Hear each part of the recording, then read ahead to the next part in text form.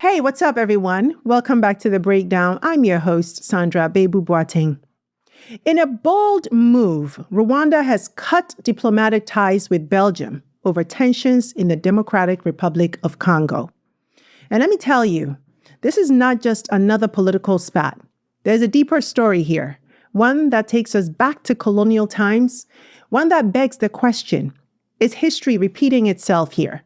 And are we witnessing the dawn of a revolution, a new era in African politics?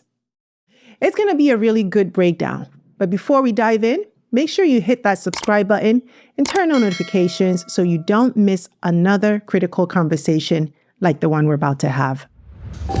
Back to our breaking news. Rwanda says it is cutting diplomatic ties with Belgium and has expelled all the country's diplomats. Now, ties between the two countries have deteriorated over the conflict in Eastern Democratic Republic of Congo between Congolese forces and Rwanda-backed M23 rebels. Now, Belgium, in turn, has declared all Rwandan diplomats persona non grata. All right, let's start with the facts. Rwanda has officially severed diplomatic ties with Belgium. Belgium diplomats expelled. Rwandan envoys in Brussels sent packing. And why? Because Belgium has been publicly accusing Rwanda of backing the M23 rebels in the DRC. But wait, it gets messier. Belgium has been leading efforts within the EU to sanction Rwanda over this, even pushing to freeze a 900 million euro minerals deal. Rwanda, on the other hand, has vehemently denied these allegations and is calling Belgium's moves neocolonial interference and destabilization tactics. To paraphrase, Kagame says Belgium is trying to use its leverage in Africa to undermine Rwanda, and they essentially will not be bullied or lectured by a former colonial power that literally caused half the mess in this region to begin with.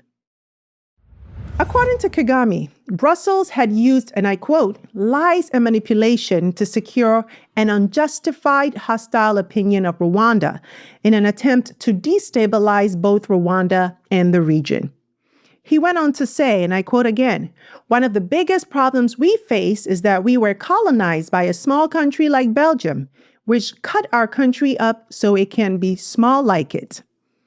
Belgium has killed us throughout history and keeps coming back to kill us more, end quote. There's a lot to unpack here, and here's where things get even more complicated. If Rwanda says they aren't backing M23, why would Belgium push these allegations? Is there any evidence to support this? And if Rwanda is indeed involved, what's their end game? Could there be an even bigger power at play here? And perhaps the biggest question of all, why is the DRC, a nation overflowing with natural wealth, constantly at war? Let's break it all down. Well, we can't fully understand today's crisis without some historical context, okay? So let's rewind a little bit. And by a bit, I mean all the way back to the late 1800s, when Belgium, under King Leopold II, ran the Congo like his own personal factory. And when I say ran, I mean enslaved millions of Congolese people, forced them to extract rubber and minerals, and if they didn't meet their quota, their hands were cut off. This wasn't just colonization. It was one of the worst human rights atrocities in history. Then you've got Rwanda. Belgium took control of Rwanda after World War I and did something that would literally shake the country's future. They made ethnicity a legal status. Before colonial rule, Hutus and Tutsis were mostly social classes, not fixed racial identities. But Belgium, they took that, put it on ID cards, and institutionalized the divide. They backed the Tutsi elite, made them rulers, and when things got politically inconvenient, they flipped and started empowering the Hutu majority instead. Divide and conquer at its finest. And what happened after? Well, Rwanda gained independence in 1962. But by that point, the racial divisions Belgium created were so deep that within a few decades, they contributed to the 1994 genocide, where 800,000 Tutsis and moderate Hutus were massacred in just 100 days. And what did Belgium do? They withdrew their troops and let it all happen. So when Belgium now comes in talking about stability in the region, you can see why Kagame and many Rwandans have some thoughts about that. Now, despite everything Rwanda has been through, under President Paul Kagame, the country flipped the script completely. Rwanda today is one of the fastest growing economies in Africa. We're talking 7 to 8% GDP growth year after year.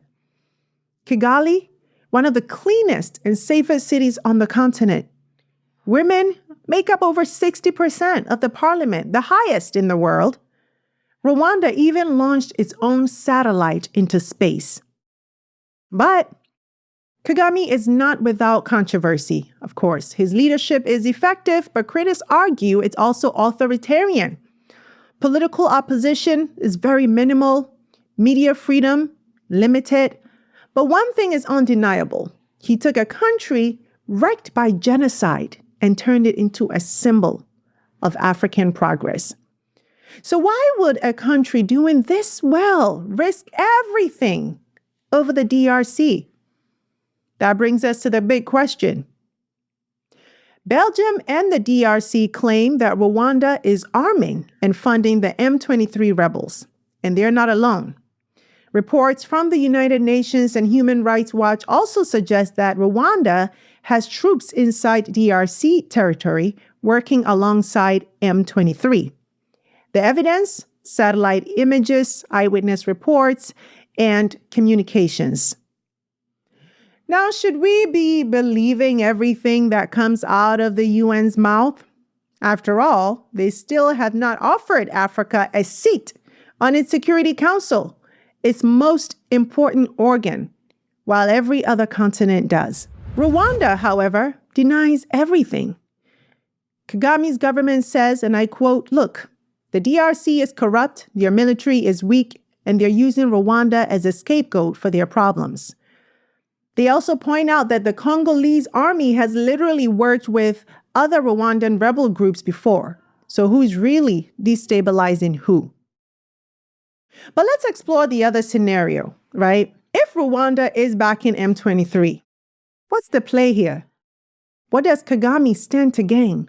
Because no government funds rebels for no reason. First, let's talk money and minerals. Eastern DRC is loaded with cobalt, coltan, gold, and tungsten, critical minerals for phones, electric cars, and modern tech. Controlling even part of that trade means economic power. There have already been reports of Rwandan-linked companies profiting from smuggled minerals. So if M23 helps Rwanda gain influence, it's a strategic win. Then there's regional influence. If the DRC is weak, Rwanda has leverage. A destabilized Eastern Congo could act as a buffer zone, giving Rwanda unofficial control over resources and trade routes without needing to annex land outright. But here's where it gets even bigger. Is Rwanda moving alone here, or is there a bigger global power in the mix? China dominates the cobalt supply chain. Could Rwanda be securing resources for a global ally?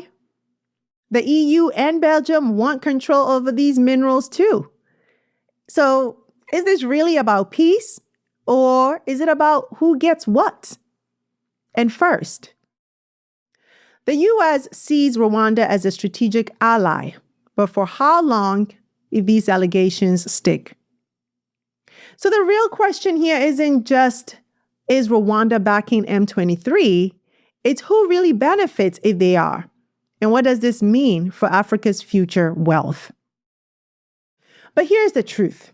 Whether Rwanda is backing M23 or not, this crisis could seriously hurt Rwanda's significant progress. They are already facing sanctions. Their trade and foreign investment is at risk. and relations with Western partners are now shaky. One of the things Kagame has been praised for is his ability to strike deals with global sports federations and brands, which have helped drive a thriving $640 million tourism revenue for the small East African nation. But now, all of that is at risk, including a high-profile bid to host a Formula One Grand Prix. Rwanda is playing a high-stakes game, and the consequences could be serious, whether or not it is backing the rebels. So, what's really happening here? Is Rwanda genuinely defending its interests, or are they indeed using M23 as a tool for influence? Is Belgium truly invested in peace, or is this about holding on to post-colonial leverage? And what about the DRC? Does it have the power to end this conflict, or is it locked in a cycle of war over resources? Here's the thing. History does repeat itself, as I often say, but we're in a different time now. More African nations are refusing to stay silent, standing up to former colonial powers in ways we haven't seen before. And let's be real, given what these colonizers did, it's hard not to tell them to back off, even if their concerns come from a so-called good place. That history is just too painful, and it really complicates everything. The world is watching, right? Rwanda and Africa is at a turning point. What happens next could reshape regional politics for decades. So now I want to hear from you. Was Kagame right to cut ties with Belgium? Should Rwanda face sanctions? And what really needs to happen for peace in the DRC? Drop your thoughts in the comments. I would love to read from you and hear your perspective on everything that's happening. Thanks for staying with me. If you found this episode insightful, please subscribe to our channel and share it with at least 10 people so we can continue having these conversations, these critical conversations together. Until next time, take care. Hey you! Thanks so much for watching this episode. I hope you enjoyed it, and if you did, don't forget to subscribe and join the family. Also, visit face2faceafrica.com for your daily news and updates on what's going on within the global Black community so you can stay informed.